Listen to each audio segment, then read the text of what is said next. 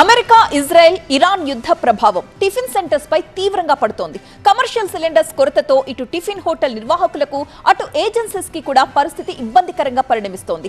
ఒంగోలులో tiffin centres పరిస్థితి ఏంటో మా సీనియర్ కరెస్పాండెంట్ ఫైరోజ్ అందిస్తారు.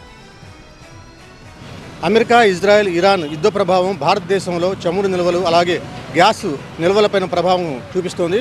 మరోవైపున ఈ యుద్ధం ఇంకా కొనసాగే అవకాశం ఉండటంతో ఈ గ్యాస్ నిల్వలపైన ప్రధానంగా ఎక్కువగా ప్రభావం కనిపించే అవకాశం ఉంటుంది. ముఖ్యంగా ఈ గ్యాస్ నిల్వలను ఎక్కువగా ఉపయోగించేటువంటి చిన్న చిన్న హోటళ్లు అలాగే ఈ రోడ్ సైడ్న ఉండే టిఫిన్ స్టాల్స్ దగ్గర కొద్దిగా ఇబ్బందికర పరిస్థితులు ఏర్పడ్డాయి. ఎందుకంటే ఈ కమర్షియల్ సంబంధించినటువంటి ఈ గ్యాస్ సిలిండర్లు 3 రోజుల నుంచి కూడా దొరకట్లేదు. వీళ్ళు బ్లాక్లో కొనుక్కోవడానికి కూడా వీళ్ళు వెనకాడే పరిస్థితి కనిపించడం. ఎందుకంటే ఇక్కడ ఉన్నటువంటి ఈ రోజువారీ నిర్వహించే కార్యక్రమాల్లో వీళ్ళకి ఇక్కడ ఆటంకం ఏర్పడుతుంది. మరోవైపున ఇక్కడ కొంతమంది ఈ హోటల్ నిర్వాహకులు ఉన్నారు, వాళ్ళని అడిగి తెలుసుకుందాం.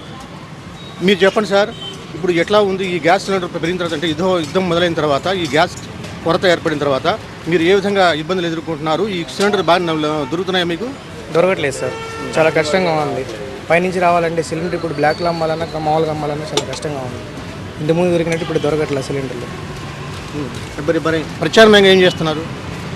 ఏముంది, ఇప్పుడు ఇళ్ళలో ఎక్స్ట్రా సిలిండర్లు ఉంటాయి కదా, వాళ్ళని రిక్వెస్ట్ చేసుకొని తెచ్చుకొని వచ్చేస్తున్నాం.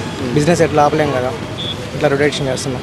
రోజు జరిగే బిజినెస్ అలాగే కొనసాగుతుందా లేకపోతే ఏమైనా తగ్గించారా? లేదు సార్, తగ్గించేసాం, చాలా తగ్గించేసాం. ఇంతకుముందు ఇప్పుడు రేట్లు మామూలుగా అయితే ఇంత సిలిండర్ వచ్చేసరికి 1600, 1700 ఇప్పుడు దొరుకుతుంది. అడ్జస్ట్ చేస్తున్నాం ఆ సిలిండర్తోనే. రోజు 4 వాడేవాళ్ళం, 1-2 వాడదాం. ఉన్నటువంటి పరిస్థితుల్లో దాదాపుగా రోజుకు 3 సిలిండర్లు ఉపయోగించే పరిస్థితులు ఉన్నాయి. అయితే ఇప్పుడు మాత్రం ప్రస్తుతం ఒక సిలిండర్ కూడా దొరకటం లేదు.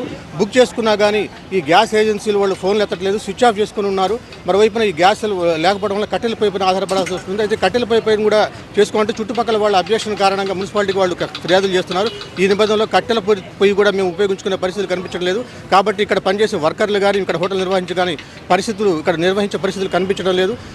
యుద్ధం ఇలాగే కొనసాగితే ఈ గ్యాస్ కొరత ఇలాగే ఉంటే మాత్రం మేము వ్యాపారాలు మూసేసుకోవాల్సిన పరిస్థితి ఏర్పడుతుందని చెప్పి ఇక్కడ చెబుతున్న పరిస్థితి కనిపిస్తుంది. కెమెరామెన్ రాజ్ కుమార్తో ఫైరోజ్, TV9 ఒంగోలు.